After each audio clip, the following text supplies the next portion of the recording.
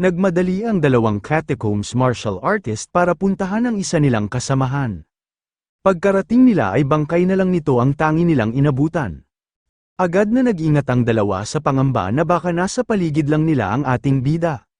Kasalukuyan ngayong itinatago ni Fang Ping ang mga sandata na kanyang nakuha. Hindi niya nga raw inasahan na gawa pala sa D-grade alloy ang nakuha niyang sibat. Hindi nga raw bababa sa 30 kilo ang bigat nito at mukhang mas mahal pa nga raw ito kumpara sa kanyang sandata. Naisip ng ating bida na sana nga raw ay madali niya lang mahanap ang lugar na ito kapag bumalik na siya. Tiyak nga raw na magkasama na ngayon ang dalawa pa niyang kalaban, kailangan niya nga raw ang mga itong mapatay bago pa man sumikat ang araw. Sinamantala ni Fang Ping ang dilim ng paligid para magsagawa ng guerrilla tactics. Ginagamit niya ang kanyang ultimate move sa mga sorpresa niyang pag-atake at kapag hindi siya nagtatagumpay ay agad ulit siyang nagtatago. Ginagawa niya ito para unti-unting mabawasan ang vitality at pasensya ng kanyang kalaban. Pero may angkin ding talino ang mga catacombs martial artist na kalaban ni Fang Ping. Nagpanggap ang mga ito na hindi nila nakikita ang ating bida kaya halos muntikan na nila itong mapuruhan at tamaan sa puso. Sa katagalan ng laban ay mahigit na sa 10 milyong wealth value ang nagagastos ng ating bida para lang maibalik ang mga nagagamit niyang vitality. Sa mga sandaling ito ay kakaunti na lang ang natitirang vitality sa dalawang catacombs martial artist kaya nagpasya na ang mga itong umatras at lumabas ng kagubatan. Naisip ng ating bida na hindi niya nga raw hahayaan na makaalis ang mga ito ng buhay. Lumabas si Fang Ping at muli na namang inasar ang dalawa niyang kalaban gamit ang lengguwahe ng catacombs. Nainis naman ang dalawang catacombs martial artist sa ginawang pang-aasar ng ating bida. Agad na sumugod ang lalaking martial artist papalapit kay Fang Ping. Naisip ng ating bida na tiyak nga raw na hindi niya kakayaning dumipensa dahil mukhang ginamit na nga raw ng lalaking ito ang lahat ng natitira nitong lakas sa isasagawa nitong pag-atake. Habang umiiwas si Fang Ping ay nakita nito ang isang palaso na patungo sa kanyang direksyon. Mabuti na lang at maaga niya itong napansin kaya agad niya itong naiwasan. Nagulat na lang ang ating bida nang maramdaman nito na lumiko ang iniwasan niyang palaso. Nabahala siya noong mapagtanto niya na nagagawa pala nitong sumunod kahit saan siya magpunta. Sa bilis ng palaso ay tuluyan na itong tumama sa likuran ng ating bida. Nangamba si Fang Ping dahil nabasag nga raw ng pag-ataking ito ang vitality guard na nakabalot sa kanyang katawan. Sinamantala ng lalaking catacombs martial artist ang pagkakataong ito para atakihin ang ating bida. Mabuti na lang at mabilis na nakaiwas si Fang Ping bago pa man siya tamaan ng espada ng kanyang kalaban. Pagkaiwas niya ay siya naman ang agad na nagsagawa ng malakas na pag-atake. Sa lakas ng kanyang pag-atake ay napaatras niya ang lalaking martial artist na kanyang kinakalaban. Naisip ni Fang Ping na naiwasan niya nga raw ang pag-atake ng lalaking martial artist pero nahagip pa rin daw siya ng dulo ng espada nito. Ngayon nga raw ay hindi na niya magagamit ng maayos ang kanyang kaliwang kamay. Maraming vitality ang ginamit ng ating bida para pigilan ang pagdurugo ng kanyang braso, pero naibalik niya rin naman agad ito gamit ang wealth value ng kanyang system. Labis na ikinagulat ng lalaking catacombs martial artist ang muling pagbabalik ng vitality ng ating bida. Iginalaw-galaw ni Fang Ping ang kanyang katawan para maalis niya ang palaso na nakalubog sa kanyang likuran. Alam niya na nanghihina na ang kanyang mga kalaban kaya siya naman ngayon ang magiging agresibo sa pag-atake. Bago sumugod ang lalaking martial artist ay may plano muna ito na binanggit sa kanyang kasama. Tutol man ang babae sa plano na kanilang gagawin pero ito lang ang paraan na magagamit nila para magawa nilang manalo. Inatake na ni Fang Ping ang lalaking catacombs martial artist na sumalubong sa kanya. Imbis na umiwas ay mas piniling saluhin ng lalaking catacombs martial artist ang pag-atake ng ating bida. Nagtaka si Fang Ping kung bakit ito ginawa ng kanyang kalaban. Hanggang sa bigla na lang hinila ng lalaking catacombs martial artist ang glaive na sandata ng ating bida. Noong magkalapit na sila ay agad nitong niyakap si Fang Ping ng magkabilang kamay. Sa mga sandaling yun ay naghahanda na ang babaeng catacombs martial artist para magpakawala ng isang malakas na pag-atake. Napagtanto ni Fang Ping na gusto siyang isama ng lalaking martial artist sa gagawin nitong pagpapakamatay.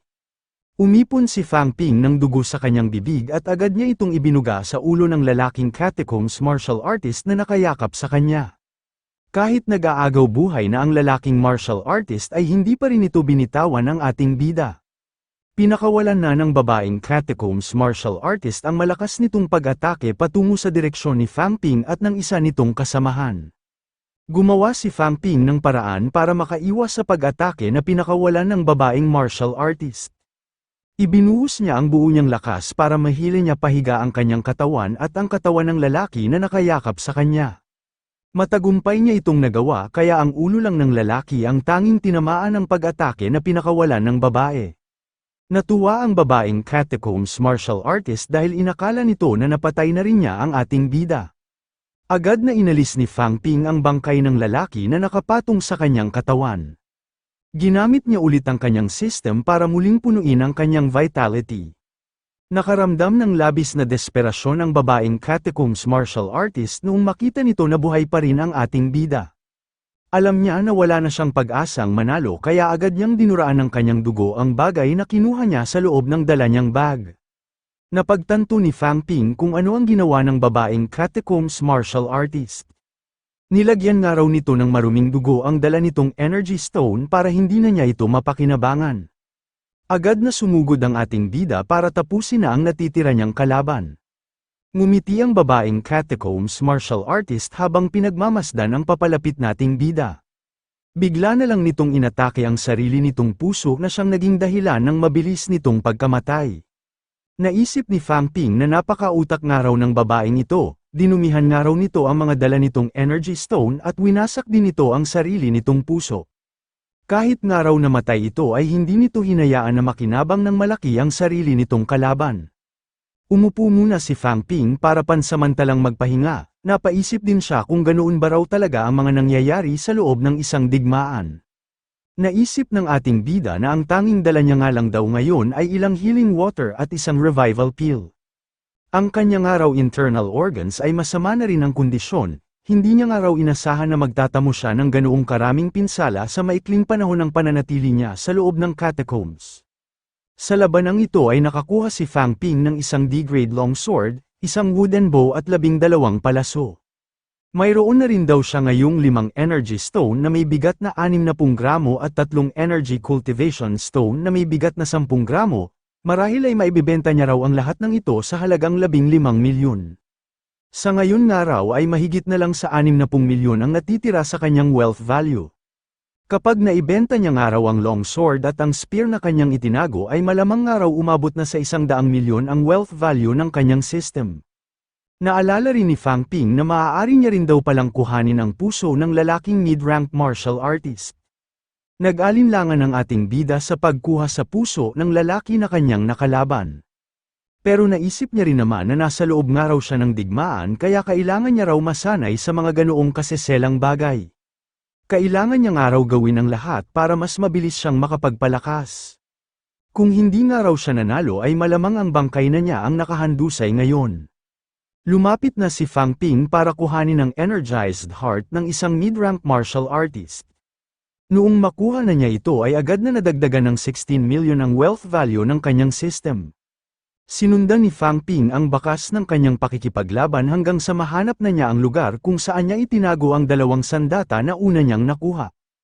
Agad na nadagdagan ng 15 million ang kanyang wealth value noong makumpirma ng kanyang system na pag-aari na talaga niya ang mga sandatang ito. Ngayon ay 95.3 million na ang laman na wealth value ng kanyang system.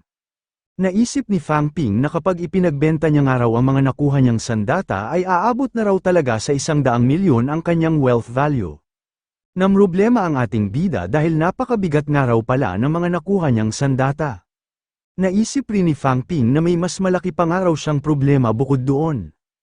Pinagmasdan at inobserbahan ng ating bida ang kanyang buong kapaligiran. Natawa na lang siya habang iniisip kung nasaan na ba raw siya ngayon. Sinabihan ni Advisor Tang Feng ang mga rank 3 students nang bilisan daw ng mga ito ang pagpatay sa mga nakasalubong nilang kalaban. Naisip ni Tang Feng na kulang pa nga raw talaga ang mga ito sa karanasan, higit na mas marami nga raw ang mga ito pero nagtatagal pa rin ang mga ito sa pagpatay ng ilang rank 4 martial artist. Kailangan nga raw nilang bilisan ang pagpatay sa mga kalaban bago pa man ang mga ito makatawag ng kakampi. Dumating si Din Huangjing sa lugar kung nasaan ang grupo ni na Tang Feng. Nagtaka si Advisor Tang Feng kung ano ang ginagawa doon ni Din Huangjing. Ipinaalam ni Din Huangjing na mukhang nasa bingit daw sila ngayon ng isang malaking digmaan. 4 na raw na high-ranked martial artist ng Heavenly Gate City ang umatake sa kanila kagabi. Natalo man daw nila ang mga ito pero malinaw nga raw na hindi na nila maaaring ipagpatuloy doon ang pagsasanay ng mga estudyante, kailangan nga raw ng mga itong makabalik agad sa loob ng Hope City. Sinabi ni Advisor Tang Feng na napansin niya rin daw na mayroong mali doon nang dahil sa dami ng mga mid-rank martial artist na kanilang nakakasalubong. Ipinaalam na rin ni Din Huangjing ang isa pa nilang problema. Binanggit nito kay Advisor Tang Feng na nawawala nga raw ngayon si Fang Ping. Nagulat si Advisor Tang Feng sa kanyang narinig, sa pagkakaalam nga raw niya ay kasama si Fang Ping ng grupo ni Luo Yixuan. Pinaliwanag ni Din Huangjing na sumunod nga raw ang ating bida sa mga rank 3 students, pero sa hilagang silangan nga raw ito nagpunta na kung saan ay hinabol ito ng 3 rank 4 martial artist patungo sa loob ng Forest of Beasts. Pupuntahan na niya nga raw sana ito pero bigla naman daw siyang napalaban kina Heavenly Tiger at Ancient Spear. Sinabi ni Advisor Tang Feng na hindi naman daw ugali ni Fang Ping ang kumilos ng mag-isa. Tumugon si Din Huangjing nang napakabata pa nga raw ni Fang Ping. Mukhang naapektuhan nga raw ito sa mga sinabi ni Tang Feng kaya gumawa ito ng ganoong bagay. Binanggit ni Tang Feng ang 3 rank 4 martial artist na humabol sa ating bida. Tinanong niya si Din Huangjing kung ibig sabihin ba raw noon ay patay na ito ngayon. Sumagot si Din Huangjing nang hindi niya rin daw alam, hindi niya rin daw natingnan ang loob ng Forest of Beasts nang dahil sa mga nakasalubong niyang kalaban. Ang problema nga raw nila ay si Fang Ping lang ang nag-iisang nawawala sa lahat ng 70 estudyante. Kapag hindi nga raw ito nakabalik ay tiyak na magkakagulo sa loob ng Magic University. Sabay na naisip ni Din Huangjing at Advisor Tang Feng ang magiging reaksyon ni Advisor Lu Fengro kapag nalaman na nito ang pagkawala ni Fang Ping. Sinabi ni Advisor Tang Feng na aalis raw siya ngayon para hanapin ang ating bida. Tinanong ni Din Huangjing kung saan naman daw magsisimulang maghanap si Tang Feng gayong napakalaki ng Forest of Beasts. Kakabanggit niya rin lang daw na naghahanda sila ngayon para sa pakikipaglaban sa mga taga Heavenly Gate City, mas mabuti nga raw kung bumalik na agad ang mga ito sa Hope City sa lalong madaling panahon. Sinabi ni Advisor Tang Feng na sa kanya raw hahanapin si Fang Ping kapag naihatid na niya sa kanilang kampo ang mga kasama niyang estudyante, babalik rin daw siya agad bago magsimula ang kanilang pakikipaglaban. Pumayag na si Din Huangjing sa balak gawin ni Tang Feng. Binanggit niya rin na siya raw muna ang maghahanap sa ating bida habang may oras pa sila. Sinabihan rin ito si Tang Feng nang mag-ingat daw ito dahil marami nga raw nagkalat na high-ranked creature sa loob ng kagubatan. Kasalukuyan pa rin ngayong nasa loob ng Forest of Beasts ang ating bida. Napansin ni Fang Ping na parang may mali nga raw doon, nagtataka siya kung bakit mabilis ngayong nag-a-activate ang kanyang vitality at ang kanyang mental strength. Naisip ng ating bida na may mataas nga raw na konsentrasyon ng enerhiya sa kanyang unahan, wala nga raw ganito sa Hope City kaya ibig sabihin nga raw noon ay palalim na siya ng palalim sa loob ng catacombs. Kailangan niya nga raw magtungo sa direksyon kung saan may pinakamababang konsentrasyon ng enerhiya. Pinakiramdaman ni Fang Ping ang kanyang paligid gamit ang kanyang mental strength. Natuwa siya noong makakita siya ng lugar kung saan may pinakakaunting energy particles. Kailangan niya nga lang daw itong sundan para makalabas na siya sa loob ng kagubatan. Naisip ng ating bida na mabuti na nga lang daw at mayroon siyang malakas na mental strength. Kung iba nga lang daw ang napunta doon ay tiyak nga raw na naligaw na ito sa loob ng kagubatan. Nagtaka si Fang Ping kung bakit parang may kakaiba raw doon, nagtataka siya kung saan na raw napunta ang mga energy particles na nagkalat sa paligid. Kinabahan ng ating bida noong mapagtanto na niya ang kanyang sitwasyon, naisip niya na nasa harap nga raw siya ngayon ng isang high-ranked beast. Hinigop nga raw pala ng halimaw na ito ang lahat ng energy particles na nasa kanilang paligid at itinago rin nito ang paghinga nito para hindi niya ito mapansin. Naisip ni Fang Ping na mukhang nakatingin nga raw ang halimaw na ito sa mga dala niyang energy stone. Inilatag ng ating bida ang mga nakuha niyang energy stone para pang peace offering sa kaharap niyang halimaw. Agad na pinalutang ng halimaw ang mga energy stone ng ating bida patungo sa loob ng kanyang bibig. Halos mapaiyak na lang si Fang Ping habang pinapanood ang pagkawala ng mga nakuha niyang energy stone na nagkakahalaga ng mahigit sa 10 milyon. Napaisip ang ating bida kung kakainin ba raw siya ng kaharap niyang high-ranked beast kaya ito nakatingin sa kanya. Pero naisip niya rin na kung gusto nga raw siya nitong patayin ay dapat kanina pa nitong ginawa. Dahan-dahan na umatras si Fang Ping papalayo sa halimaw. Pero agad siyang nabahala noong mapansin niya na gumamit ng mental strength ang kaharap niyang halimaw para pigilan ang tangka niyang pagtakas. Sinabi ni Fang Ping na wala na nga raw siyang maipapakain dahil naibigay na raw niya ang lahat ng kanyang energy stone. Bigla namang sumenyas ang halimaw gamit ang isa nitong paa. Mula sa isa nitong paa ay umipon ito ng vitality na agad niya ring isinubo sa loob ng kanyang bibig. Napagtanto agad ni Fang Ping kung ano ang gustong ipagawa ng halimaw. Gusto nga raw nitong kainin ang mga taglay niyang vitality. Wala nang nagawa ang ating bida kundi sumunod na lang sa ipinapagawa ng kaharap niyang halimaw. Naisip ni Fang Ping na marami na nga raw ang ipinapakain niyang vitality pero hindi pa rin daw ito nasisiyahan. Mukhang umaasa nga raw ito na marami pa siya ditong maipapakain. Nagulat si Din Huangjing noong malaman nito na napatay ni Fang Ping ang mga nakalaban nitong rank 4 martial artist. 20 kilometro nga lang daw ang layo ng pinaglabanan ng mga ito sa labas ng kagubatan, pero bakit nga raw pumasok pa rin ang ating bida sa kalaliman ng Forest of Beast? Hindi naman daw siguro nito binabalak pumatay ng mga halimaw ng catacombs. Naisip ni Din Huangjing na kahit nga raw ang mga rank 8 martial artist ay walang kasiguraduhan na mananalo laban sa mga peak rank 7 creatures ng catacombs. Magsisimula na rin daw ang kanilang pakikidigma kaya hindi na nga raw siya maaaring mapalaban sa isang malakas na halimaw. Kailangan na nga raw niyang bumalik agad sa Hope City at unahin ang kapakanan ng mas nakararami.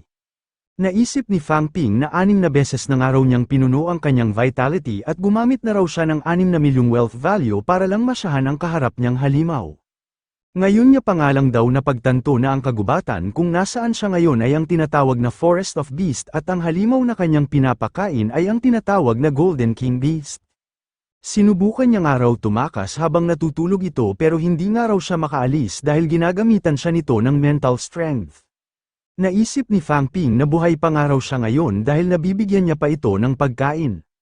Malamang nga raw ay papatayin rin siya nito kapag naubos na ang laman ng kanyang wealth value. Napaisip ang ating bida kung ano na nga raw kaya ang kanyang gagawin. Nagulat si Fang Ping noong bigla na lang nagising ang Golden King Beast. Inalis niya agad ang pagkainis sa kanyang mukha at agad din siyang naglabas ng vitality sa isa niyang kamay.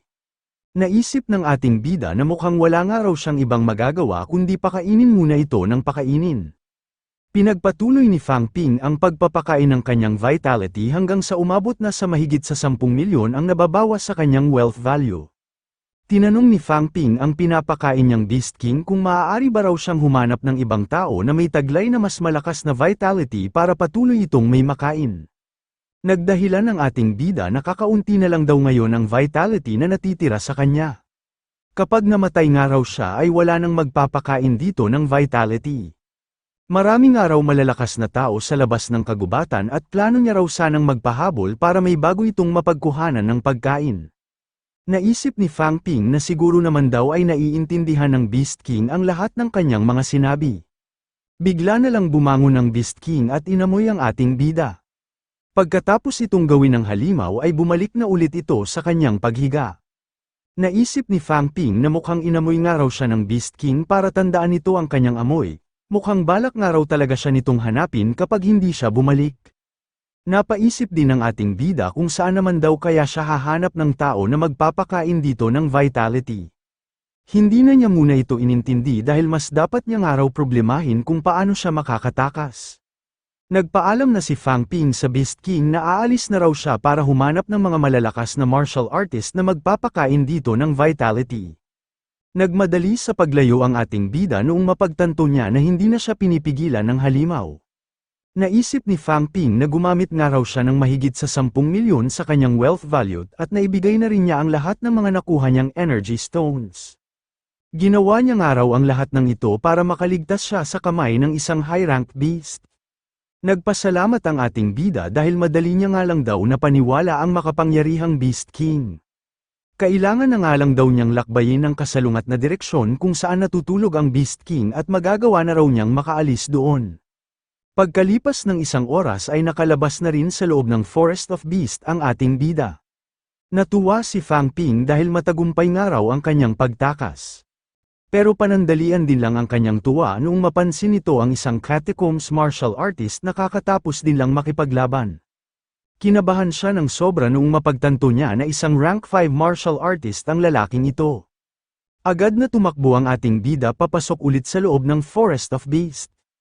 Inis na inis siya nang dahil sa kanyang kamalasan, naisip niya na mukhang nakalabas nga raw pala siya sa direksyon kung nasaan ang Heavenly Gate City.